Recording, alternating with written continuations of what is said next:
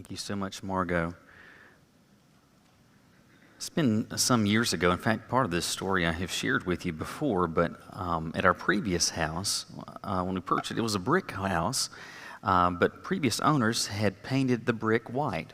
And in the end, I don't know necessarily why you would paint brick, but they did, and it looked fine. The problem is anything that you paint, eventually you have to repaint, right? Because nothing lasts forever, including paint on brick.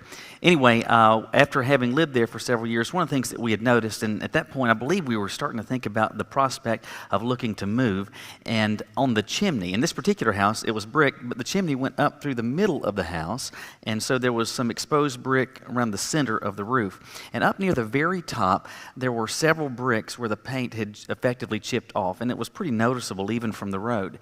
And we decided we want to get that touched up. And on some other spot on the side of the house, I was able to get a sample. I went to the store to be able to get some paint that matches this. I get a whole gallon of this because that's the best deal on a gallon of paint.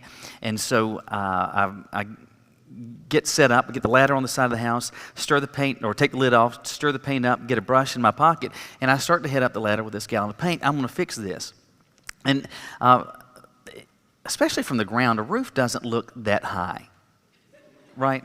And so anyway, I get up there, and once I've transitioned from the ladder onto the roof, I get, 4 or 5 steps or ooches up on it, and I mean absolutely paranoid fear. I mean like irrational, I can't make sense of it. I get like paralyzed. I am just frozen.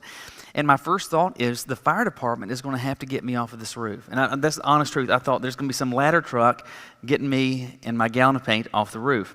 And Caroline is down on the ground at the base of the ladder, and she's trying to coax me back into normalcy and says, okay. Anyway, I finally ooched down, and she said she'll take care of this. And so I hand her the paint and the brush, and Caroline gets on the roof. She gets up further than I do. Same thing happens. She gets really scared. Here's the problem. It's bad to be scared on the roof. It's really bad to be scared on the roof with an open gallon of paint.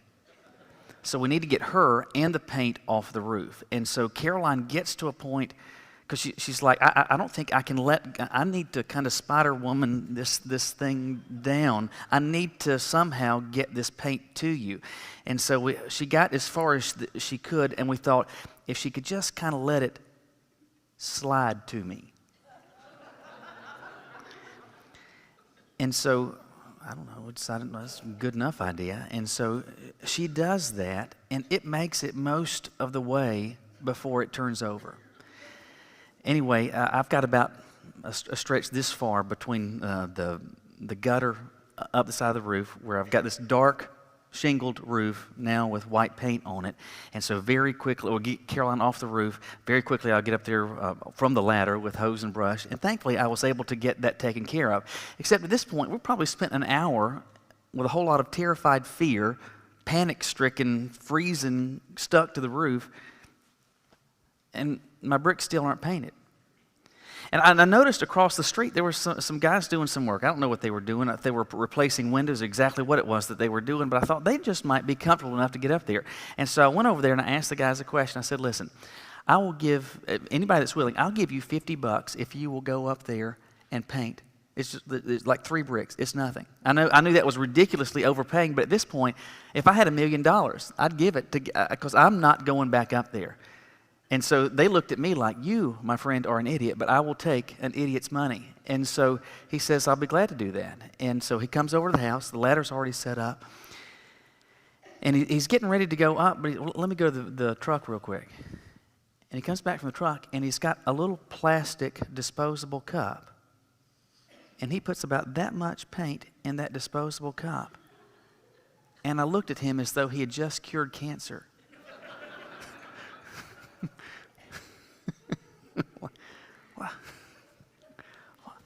Why didn't I think of that? I'm up there with I got 3 bricks. I got a whole gallon. Man, Einstein has got the plastic cup. Why didn't I think of that? Going up on the roof with an open gallon of paint, that is a really bad idea. Now, here's the question. That is a bad idea, but why did I go on the roof with a gallon of paint if it was a bad idea? I didn't know it was a bad idea. I didn't know it was a bad idea. Because hopefully it is that you and I, just as people, hopefully it is just as people that we have enough sense that if somehow we had the information brought to us where we might be able to have all the cards on the table, if we know that something is a bad idea, we won't actually pursue it. We won't actually go down that road.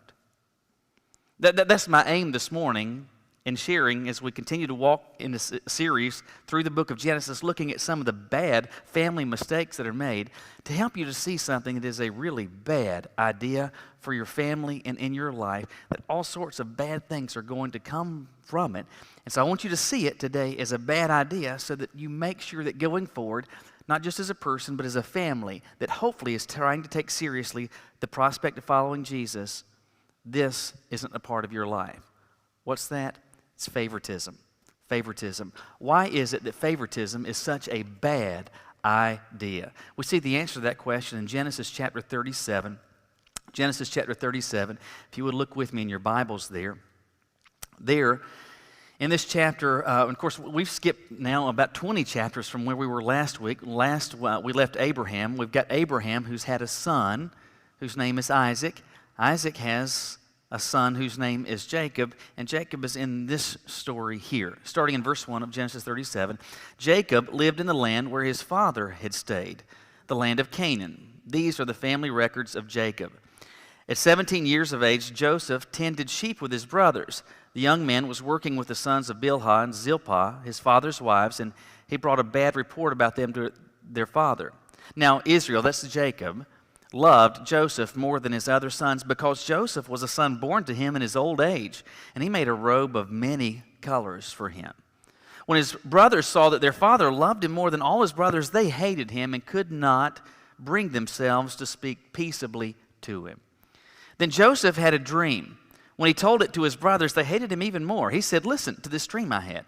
There we were binding sheaves of grain in the field, and suddenly my sheaf stood up, and your sheaves gathered around it and bowed down to my sheaf."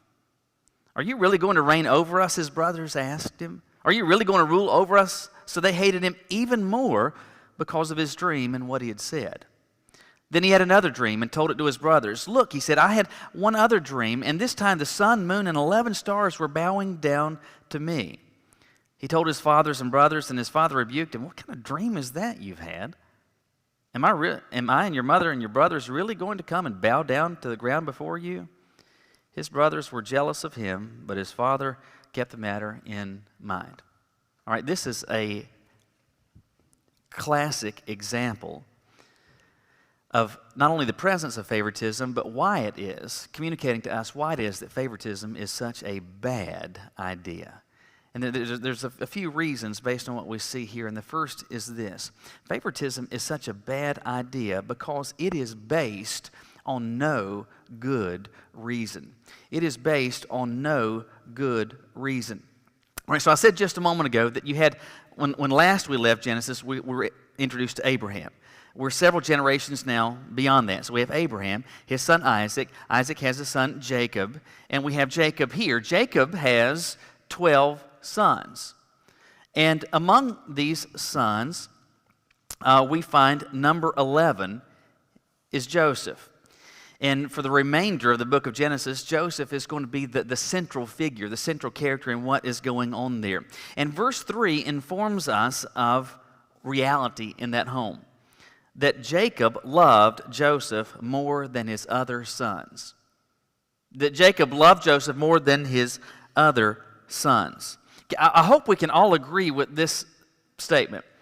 It shouldn't be that way in a home, where you shouldn't have a mom and a dad, or a mom or a dad, that loves one child more than they love another one. It ought to be such that every child is loved equally by their parents. Now, the relationship is going to be different because our personalities are different. Our kids' personalities are different. But there ought to be no difference in the amount of love that is felt between one parent and any child. And at the end of the day, and perhaps you've heard this said before, and in truth, I hope my kids are able to say this one day, that every one of them, I want them to feel like they're my favorite. So that there are no favorites, because it should be such that everyone is loved equally, but it wasn't that way in Jacob's house. And this unequal affection resulted in some unequal treatment. And what he did was that he, according to the end of verse 3, made, or had made perhaps, a robe, a cloak, a coat of many colors for Jacob. Now, a multicolored garment for us is no big deal, but it's likely you're aware of the fact that at this point in history, a multicolored garment was a really big deal. If you were to go into the store back at this point in history, it would have been the most boring looking thing you've ever seen.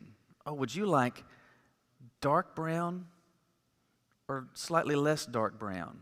How about a lovely dark beige or a tan? Everything would have been essentially shades of brown. And so if you had something or were able to have some garment that had multicolors in it, I mean, that was a rare treasure, because among other things, dyes were so expensive. And to get a single dye could be quite expensive, much less to have multiple colors and multicolored fabric that is woven together. This was an enormously, egregiously generous gift that Jacob gave to Joseph. Why did he do so? Because he loved him more. Hopefully you can say, all right, this is a case study in what favoritism actually looks like. So you have a father loving one child to a degree that he does not love the others, and that results in him doing things for that one child that he will not do for the others. It is flagrant, egregious favoritism. But here's the question. Why is Jacob demonstrating favoritism towards Joseph? The text tells us. At the end of verse 3, it says that he loved Joseph more than his other sons because Joseph was the son born to him in his old age.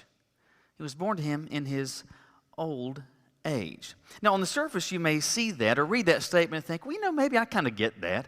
And some of you maybe had a child that was born perhaps far later than you ever thought you might even be able to have children. And you could say, well, maybe I kind of perhaps maybe get that. But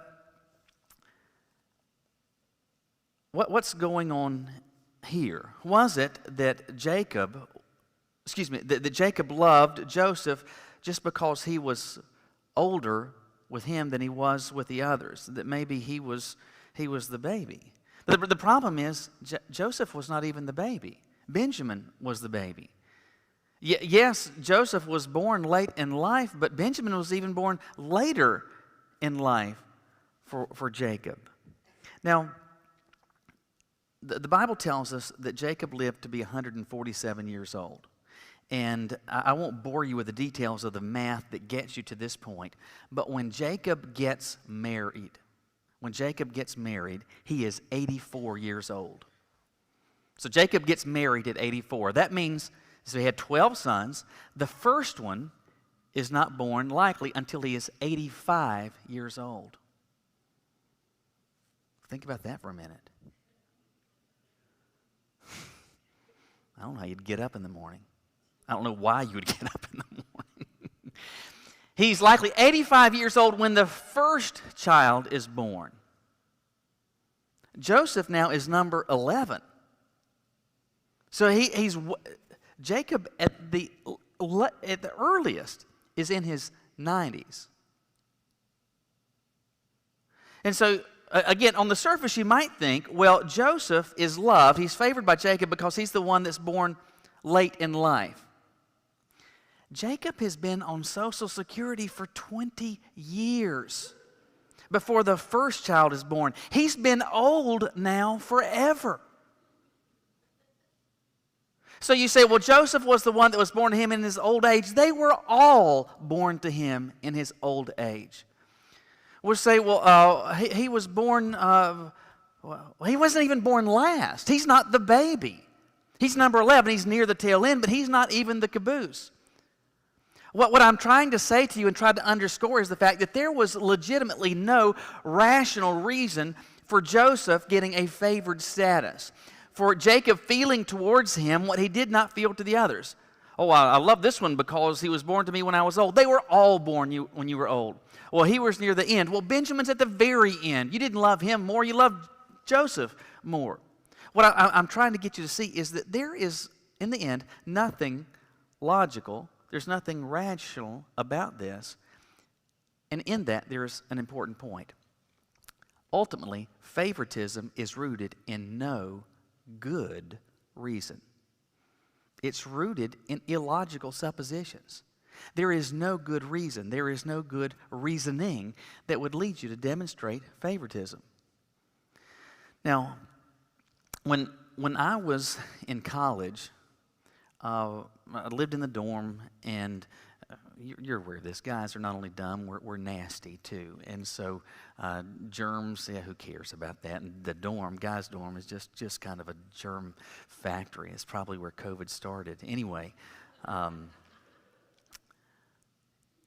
remember it was the case, and the other thing, guys are cheap though too. And so, for example, and I'm not talking about even alcoholic beverage. I'm just talking about a drink, because you couldn't have alcohol on the campus. But if you just had a drink, if you set it out, if you left that unattended, it was likely that somebody may take it. But there was one guy in the dorm that he guarded against that, because everybody knew that when he opened a drink or a bottle, he'd spit in it first. You know whose drink you're not going to take? You're not going to mess with his. Why? Because he'd spit in it. You're like, yeah, I don't want any part of that. Now, I want you to understand that we do something very much like that when it comes to argumentation, when it comes to logic. And we call it poisoning the well. And what that means is that we project something adverse on a subject so that from the very beginning of the discussion you think less favorably of it. You think poorly of it. For example, I could say,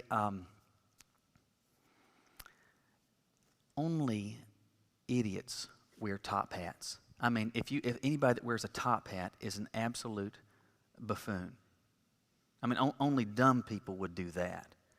And so what I'm trying to do is to poison the well, so that anytime you would think, or anytime you would observe someone wearing a top hat, that you'd look at Mr. Peanut, and you would say, man, that's the dumbest creature that's ever lived. Look, he's wearing a top hat, because only dumb people wear a top hat. Why would you conclude that? It's because I've poisoned the well. All right? My goal is, I believe part of the goal of the text in this is to poison the well of favoritism so that you effectively get spit in the bottle. That you realize this is bad. This is bad because it's based on no good, no logical, no sound reasoning. It's almost just arbitrary that you would demonstrate affection for one in the home that you would not do for the other. Because in the end, that's not based on anything that makes sense.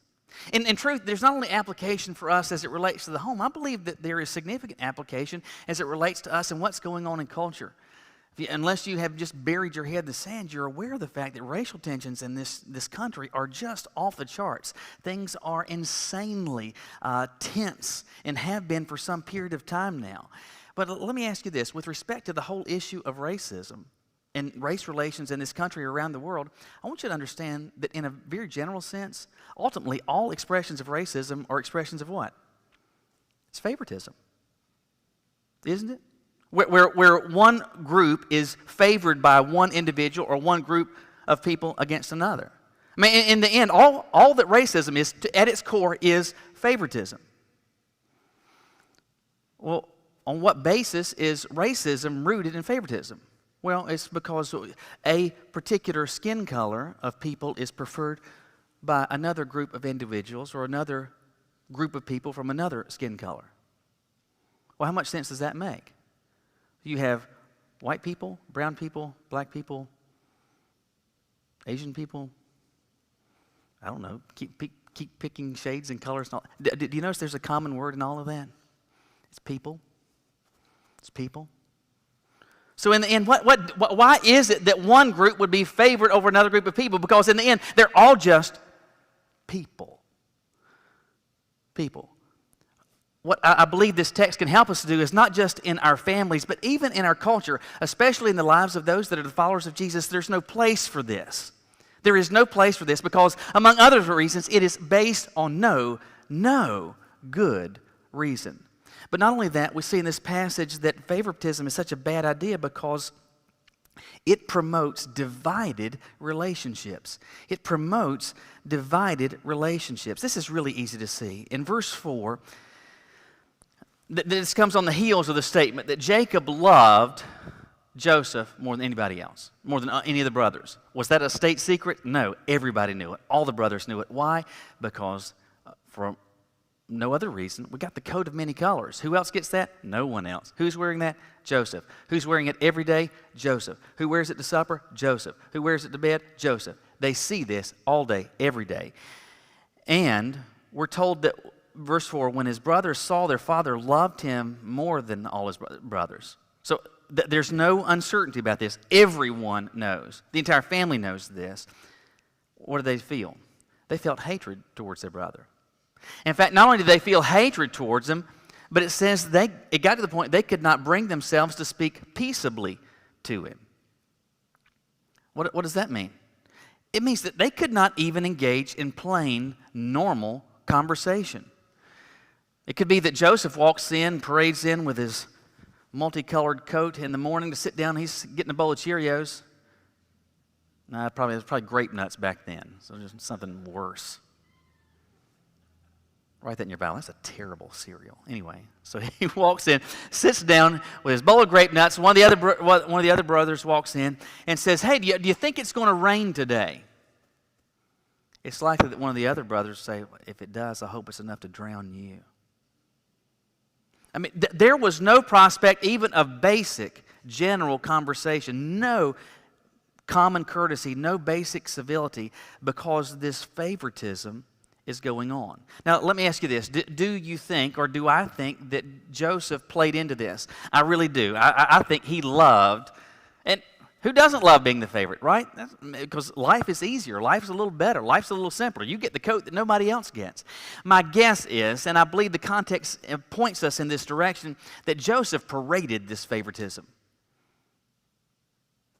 That he was rubbing his brothers' noses in the face of this reality on a regular basis. I believe that. However, I do not believe that ultimately though Joseph was a participant, I do not believe that this was his fault. Ultimately, this division, this hatred, this lack of civility, this discourteous, awful, run-amok relationship and division that occurs in Jacob's family is because of Jacob. It's because of him caring for one and doing for one what he would not do for another. And what did it do? It produced divided relationships. It produced absolutely divided relationships because of what Jacob did.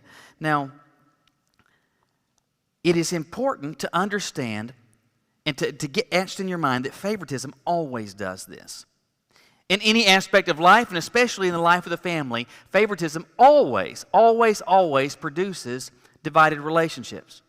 Why is it important to understand that? Because hopefully you understand this is what it always does. Why? Let me illustrate it this way. Last week I wore a brand new pair of black shoes. Thank you for noticing. First pair of black dress type shoes that I have bought in fact, since coming to Greensboro. Next month, it'll be 10 years since coming to Gate City. I hadn't bought a pair of black dress shoes in Greensboro. So those were bought even when we were in Charlotte. So I've gotten good wear out of them. And in truth, they still looked pretty good. They really did. And they were very, very comfortable. They had that particular pair of shoes had a rubber sole on them. They were very comfortable. And there was so much I liked about them. But at some point, maybe a couple of years ago, I started to have some problems with them where that rubber separated from the leather portion of the shoe. And so I bought some shoe glue, and I would glue them, and I'd clamp them, and it would hold for a while. The problem is, though, where it was coming undone was up here at the front part. And so the last time I wore those shoes, I remember I was walking up the center aisle, and as I'm going up that twice, my foot catches the carpet, and I almost fall. And the healing service isn't too much later in the month, and so it's a big deal. And so anyway, I almost fall twice. And after that, I decided I'm never going to wear those shoes again. Those shoes I'm done with. Why? Because they caused me to fall. They cause me to trip. They are a hazard to me. How much of the time? Now, all the time. And so what happens when you realize that? You get rid of them. You quit doing that. You quit wearing those things. Why is it important to understand that favoritism always, always, always, always, always produces divided relationships? So that hopefully we will quit that. And that we will decide, I do not, in the life of my family at all, I don't want that to be present in any form or fashion. But again, this has broader context into what's going on in our communities and across the country and even around the world. Again, all these racial tensions that we've talked about, in the end, those are expressions of what? Favoritism. And what does it do? It produces divided relationships. Why do you think that tensions are so high today? Why do you think there's such animosity? Why do you think we're operating in the red? It's because that's exactly, always, always, always what favoritism produces. It's a bad idea. We need to decide, I don't want that part of my life. I don't want that part of my family. I don't want it part of my community. I don't want in any form or fashion, because it's a bad idea. Because it's based on no good reason. It produces divided relationships. The last thing you see in this passage is this: favoritism fosters arrogance that impedes your witness. Favoritism fosters arrogance that impedes your witness. As you get through this passage and through this chapter, at least I do, maybe you don't, but the sense is that Joseph is, well, it's not the sense is that Joseph is treated, he is actually demonstrably treated better. He is treated superior to that of his brothers. Jacob is doing for Joseph what he will not do for others. For all the other 11, he doesn't do for them like he does for Joseph. He's treating him superior, and what do you think Joseph begins to feel? I think he begins to feel superior. I may be number 11, but as far as I'm concerned, that's just a double number 1. I'm 1 squared. Look at me. And so he's treated special, and I believe that begins to affect him on the receiving end, so that he thinks that he is special. That he begins to square his shoulders and click his heels and think, man, I am something. Certainly as compared to this bunch of other duds, my brothers, better than every one of them. All right, so I believe he's thinking, he's treated superiorly. He begins to act and think that he is superior, and what happens? He begins to have some dreams. And the first dream, starting in verse 7, he says, hey guys, the dream I had is that we were out binding sheaves of grain, and so we've cut it, we're binding them together, and so I had my pile, you had your pile, but then all of a sudden, my sheaves of grain, they're standing up, but all of yours are like bowing down. Then he had another dream. In this dream, he says, I had this other one where the sun, the moon, and 11 stars bowing down to me. It was just so strange. Fiddle-dee-dee. How going on? Can't believe that this has happened. All right, so he had these dreams. Why do you think he shared them? Do you think it's because he thought, I have no idea that there could be potentially any significance to that? They're not suggesting anything. I don't think that for a second, because immediately when he says this, after each dream, what is the response from the family? They're saying, so are you trying to say that we're going to be bowing down to you? The implication of these dreams is completely transparent, and Joseph knows it. And what does he do? He still says it anyway. Why? I think just for spite. Why? Because he's been treated superiorly, and finally he thinks that he is superior. He gets cocky. His head gets big, and he's going to share this. Now let me ask you, is there significance to these dreams? If you're familiar with the rest of the book of Genesis, absolutely it is. What's getting ready to happen is that out of and birthed out of the hatred they feel for Joseph, they are going to ultimately sell him off as a slave. Joseph is going to wind up in Egypt, and through a circuitous route, he's going to wind up as number 2, the prime minister, essentially, of Egypt. And in that position, completely estranged from his family for who knows how many years, he's finally going to ultimately save his brothers and all their families. He's going to save his father and all the servants. He's going to save them from a famine. He's going to save their lives. And literally, because as the book of Genesis unfolds, they're going to be bowing down and showing him respect unknowingly. They won't realize at that point, oh, that's Joseph. Since that is the case, what are these dreams? These dreams are effectively prophecies, aren't they? That they are foretelling what is to come. So here's the question: where did those dreams, where did those visions come from? I think they came from God. It's not coincidence, it's not happenstance that this has occurred, that Joseph has had these dreams. I believe that God has impressed this on Joseph. He shares this with his family, but how was that received? Completely thumbs down. Why? Because favoritism has been at work.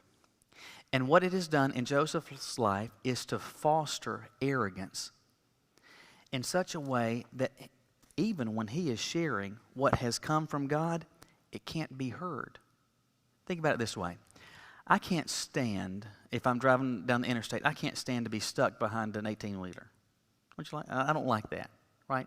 Because when you're back behind, you can't see anything. You don't know what's around the corner. You don't know what's ahead. But even in town, especially, I hate to get stuck behind a tractor trailer at a traffic light, at an intersection. Why?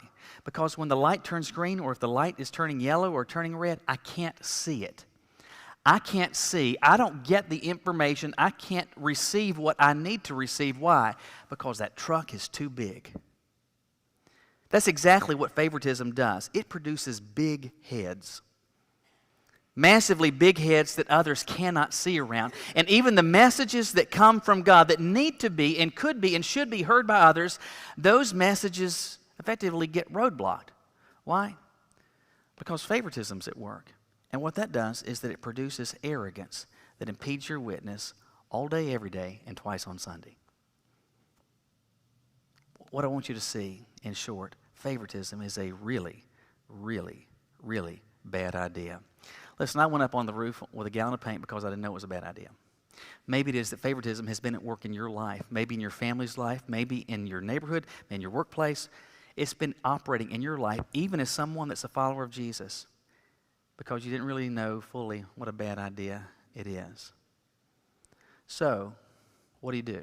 Do you just kind of will yourself to do better? I mean, in the end, that's what our cultural leaders are trying to do. We just need to put a stop to this. Let me just tell you, that is a futile effort. It is a futile attempt to say we're just going to will ourselves to do better. Do you know why? Because the desire to do this is ingrained in our DNA as affected by sin. So what do? Well, let me lead you to think about the right-hand side of your Bible. Romans chapter 2, verse 11, Paul says this: there is no favoritism with God. There is no favoritism with God. He doesn't play favorites at all. So if we are going to get beyond this, what does that say? I can't do it unless I have Him helping me, empowering me, making this possible. So, to the one who shows no favoritism, will you ask Him to help you from practicing this bad idea in your life? Will you bow your heads with me?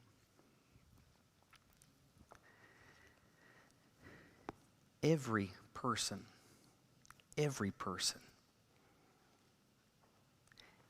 is easily entrapped by favoritism in its various forms.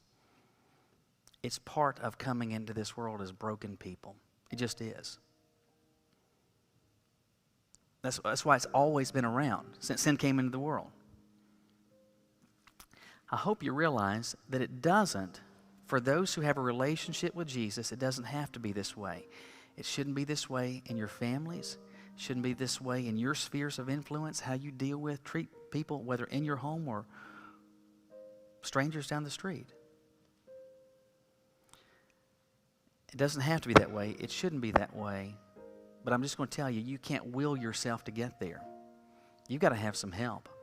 You got to have help from one that is greater than favoritism, one that is not trapped by it, who's not ensnared by it. As the Holy Spirit is speaking to your heart, as maybe He's helped you to see some stuff that's true of you based on what we've seen here, maybe to varying degrees you've operated like a Jacob. As God's showing you that needs to change, will you ask for His help? Will you say, Lord, this is a part of me that I don't want it to stay like this. And I can't make myself better, but I'm asking you, I need you to help me with this. Not just today, but tomorrow and the next day and the next day and the next day and the next day. This is going to be an ongoing struggle and I'm going to fight, but I want to do it with your help. Will you ask Him for that? I promise you, He'll favorably respond. But maybe it is that this whole idea of asking God for anything is kind of a strange thought because you don't have a personal relationship with Him.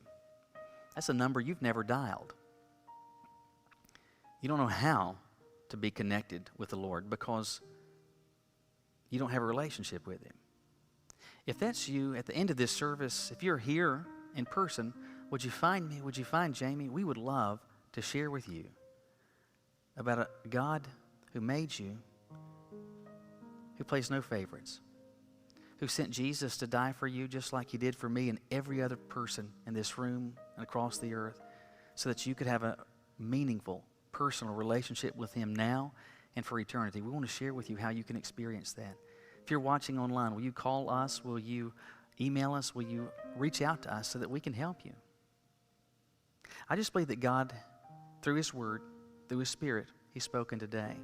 As He's saying things to you that you need to do, ways in which you need to respond, will you just talk to Him for a moment? As Karen softly plays, will you just take advantage of this opportunity to say to God what He's encouraging you to say and the decisions He's wanting you to make?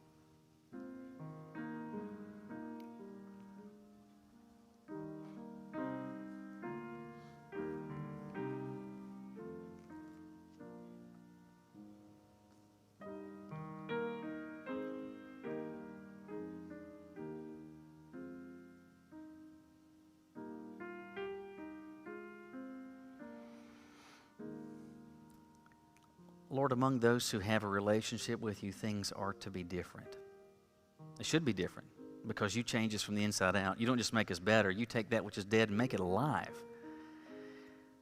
And you're in the process, among those that are in a relationship with you, of making us more like you. And the more it is that we are like you, the more it is that it'll be true of us, that it should be true of us, that as there's no favoritism with you, it shouldn't be found in us, in our homes, in our lives, in our hearts.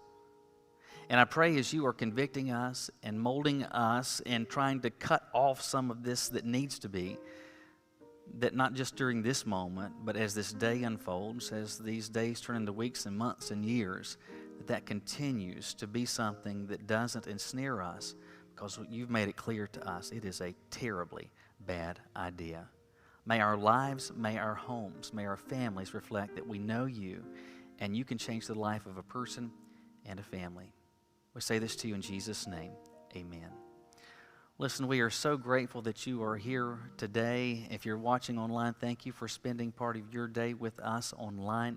And just remember, church office closed tomorrow. It's Labor Day. And so Wednesday, though, we're kicking back, or we have resumed a normal schedule. So I'm teaching Bible study in here at 10, 6:15 at night.